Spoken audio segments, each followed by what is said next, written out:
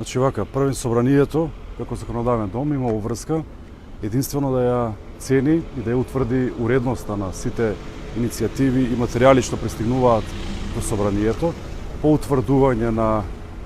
оваа обврска на собранието, ние ќе се изјасниме како пратеничка група и како партија, како владеачко мнозинство.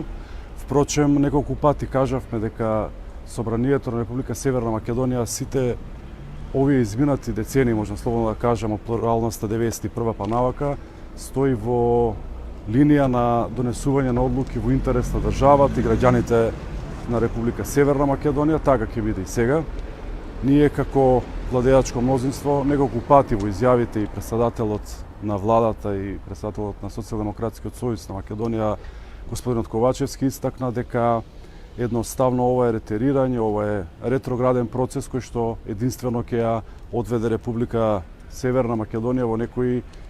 изолации, во некои минати времења и воопшто не сме на иста линија кога размислуваме како да се изоди европскиот пат на нашата држава.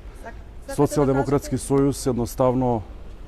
ќе биде секогаш на страна граѓаните, на страна на државата и се надевам дека ќе преовлада разумот и кај поголемиот дел од опозицијата.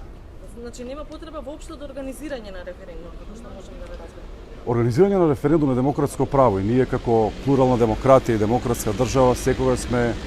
на иста страна со почитување на овие можности и права што ги имаат сите граѓани, вклучително и политичките партии, но едноставно мислам дека во време на криза, во време на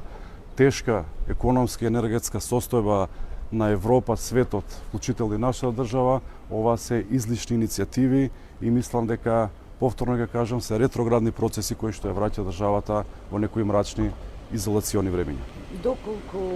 помине иницијативата сега малку со предпоставки, а дали веќе СДСМ има изградено став, ќе повика на бојкот или активно ќе учествува и ќе гласа против? Оние активни пасивни блокади се одлика за страшливото однесување на ВМРО ДПМН предводено од Христијан Мицковски.